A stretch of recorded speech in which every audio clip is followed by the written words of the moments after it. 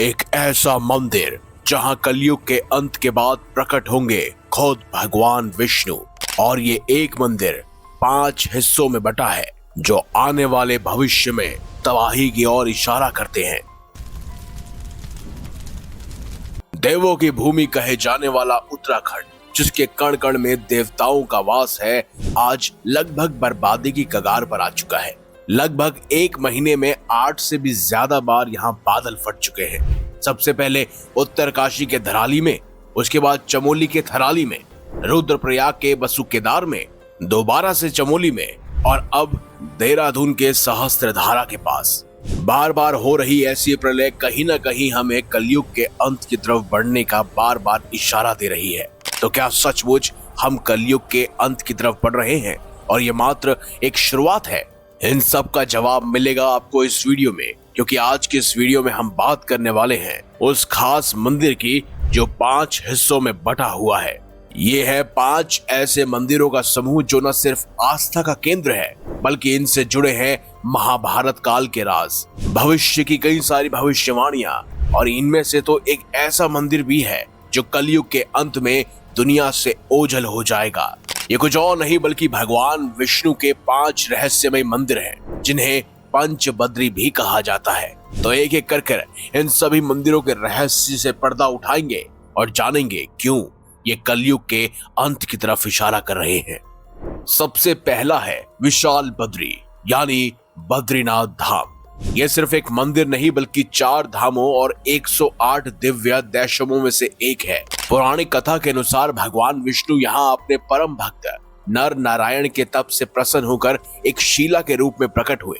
लेकिन सबसे रोचक कथा भगवान शिव और विष्णु जी से जुड़ी है। कहते हैं यहाँ पहले भगवान शिव का निवास था, लेकिन जब विष्णु जी को इस स्थान में तपस्या करते हुए उन्होंने देखा तो शिव जी ने उनकी तपस्या से प्रसन्न होकर ये स्थान उन्हें देकर खुद केदारनाथ चले गए थे। वैसे आपको बता दूं कि वर्तमान समय में इस मंदिर को लगभग 8वीं-9वीं शताब्दी में आदि गुरु शंकराचार्य द्वारा बनवाया गया था, लेकिन मान्यता है कि इस मूल मूर्ति को सतयुग से यहाँ पर स्थापित किया हुआ है, जो कि लाखों करोड़ों साल पुरानी है। साथ ही ये मूर्ति स्वयंभू है, यानी इसे किसी ने नहीं बनाया, बल्कि ये शालिग्राम शिला के रूप में प्रकट हुई थी। अब आपके मन में एक सवाल आया होगा कि इसे बद्रीनाथ क्यों कहा जाता है। तो दोस्तों, इसके पीछे भी एक खास पौराणिक कथा है। कहते हैं जब भगवान विष्णु यहाँ तपस्या में लीन थे तो उन्हें तेज धूप और बर्फीली हवाओं से बचाने के लिए देवी लक्ष्मी एक बेर के पेड़ के रूप में खड़ी हो गई थी, यानी कि एक बद्री के रूप में। इसीलिए उन्हें बद्री नारायण कहा जाता है और देवी लक्ष्मी बद्री विशाल के नाम से यहाँ पर आज भी विराजमान है। मंदिर के गर्भगृह के पास एक गर्म पानी का कुंड यानी तप कुंड है, और ये पानी इतना गर्म रहता है कि ठंड में भी पुजारी इसमें स्नान करके पूजा करते हैं। विज्ञान इसे सल्फर युक्त गर्म पानी का स्रोत कहता है, लेकिन आस्था इसे भगवान का चमत्कार मानती है। महाभारत के साथ इसका बहुत बड़ा कनेक्शन है। ऐसा माना जाता है कि पांडवों ने स्वर्गारोहण के लिए इसी स्थान से हिमालय की यात्रा शुरू की थी। लेकिन दोस्तों, आपको जानकर हैरानी होगी, विशाल बद्री यानी बद्रीनाथ धाम जल्द ही विलुप्त हो जाएगा। मान्यता है कि नर नारायण नामक पर्वत जब आपस में मिल जाएंगे, साथ ही भगवान विष्णु का एक अन्य मंदिर जिसकी मूर्ति का हाथ टूट जाएगा, तब ये बद्रीनाथ धाम विलुप्त हो जाएगा। इस विषय पर पहले भी हमने एक वीडियो बनाई है, आप आई कार्ड पर क्लिक करके या फिर डिस्क्रिप्शन में लिंक के द्वारा उस वीडियो को देख सकते हैं और अहम जानकारी को प्राप्त कर सकते हैं। अब बात करते हैं दूसरे बद्री की, जिसका नाम है योग ध्यान बद्री, और ये मंदिर बद्रीनाथ से कुछ किलोमीटर पहले पांडुकेश्वर नामक स्थान पर स्थित है। इसकी खासियत यह है कि इसकी मूर्ति की मुद्रा, जी हाँ, वही सबसे बड़ी खासियत है। मान्यता है कि इस मूर्ति की स्थापना खुद राजा पांडु यानी कि पांडवों के पिता ने की थी। कहा जाता है कि उन्होंने अपने पूर्वजों के पापों का प्रायश्चित करने के लिए और संतान प्राप्ति के लिए यहाँ पर कठोर तपस्या की थी। आपको बता दूं कि इस मंदिर को इतना पुराना कहा जाता है कि इसका वर्णन स्कंद पुराण में भी किया गया है। कहते हैं यहाँ पर भगवान विष्णु के काले पत्थर की एक मूर्ति है जो कि योग मुद्रा में बैठी हुई है, यानी ध्यान लगाए हुए विराजमान है, और ये 4 हाथों वाली मूर्ति बेहद शांत और आकर्षक आपको दिखेगी। जब बद्रीनाथ बंद होता है तो उसके 6 महीने के लिए इसी मंदिर में भगवान विष्णु को लाया जाता है और इस तरह योग ध्यान बद्री बद्रीनाथ का शीतकालीन घर और उनकी गद्दी मानी जाती है। अगला मंदिर है आदि बद्री, जो कि सबसे पुराना बद्रीनाथ भी कहा जाता है। जैसा कि इसके नाम से ही पता चलता है, आदि यानी कि सबसे पहला। कहते हैं कर्णप्रयाग के पास एक ऐसे छोटे छोटे मंदिरों का समूह है जिसे आप मंदिरों का घर भी कह सकते हैं।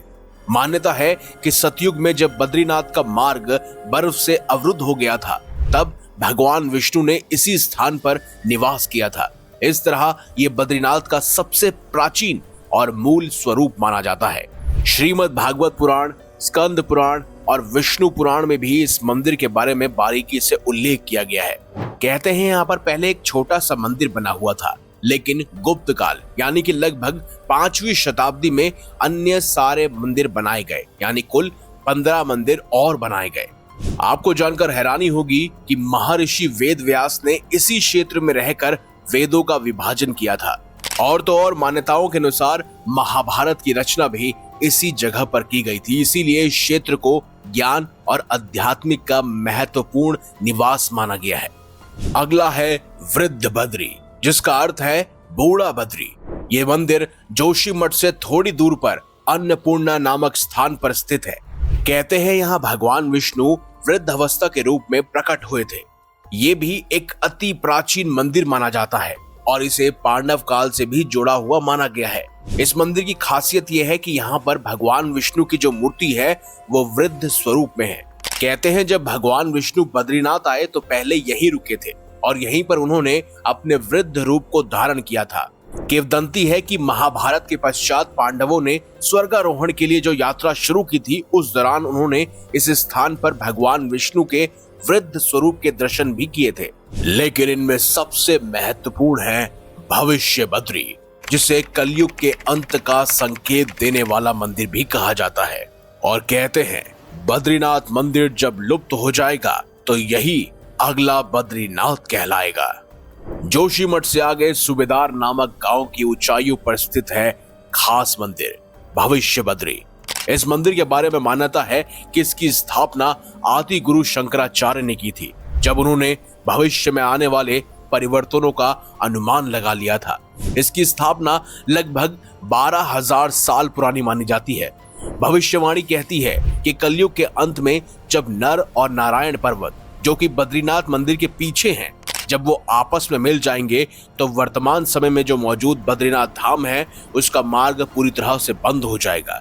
उस समय भगवान बद्रीनाथ भविष्य बद्री में प्रकट होंगे और यहीं पर उनका नया निवास स्थान होगा। यह मंदिर भविष्य के लिए तैयार रखा गया है, एक बैकअप धाम की तरह। कहते हैं यहाँ पर नरसिंह भगवान की एक मूर्ति भी है जिसका हाथ लगातार टूट रहा है और जिस दिन वो टूटेगा उसी समय नर नारायण पर्वत आपस में मिल जाएंगे। ऐसा कहा जाता है कि नारद मुनि ने भविष्यवाणी पहले ही की थी कि एक दिन बद्रीनाथ का वर्तमान मार्ग अवरुद्ध हो जाएगा और इस भविष्यवाणी के आधार पर ही इस स्थान को चिन्हित किया गया। यहाँ मंदिर की स्थापना भी की गई। कहते हैं आदि गुरु शंकराचार्य के समय की एक शिला प्राप्त हुई है जिसमें कुछ ऐसी भाषा लिखी है जिसे पढ़ा नहीं जा सका है और ये खुद आदि गुरु शंकराचार्य द्वारा लिखी हो सकती है। शायद इसमें कोई ऐसी भविष्यवाणी हो जो हमारे लिए एक महत्वपूर्ण संकेत हो, लेकिन हम इस ज्ञान से अभी अछूते हैं। बहुत से लोगों का यह मानना है कि इन पंच बद्री में ही कुछ ऐसा रहस्य छुपा है जो कलयुग की तरफ इशारा करता है। आपका इस बारे में क्या सोचना है कमेंट बॉक्स में हमें अवश्य बताएं। अगर आपको ये वीडियो अच्छी लगी है तो इस वीडियो को लाइक कीजिए, हमारे चैनल को सब्सक्राइब कीजिए और ज्यादा से ज्यादा शेयर भी कीजिए। मिलेंगे अगली बार एक नई खास वीडियो के साथ। अब तक देखते रहिए संपूर्ण ज्ञान का केंद्र बिंदु मिस्टीरियस हिंदू।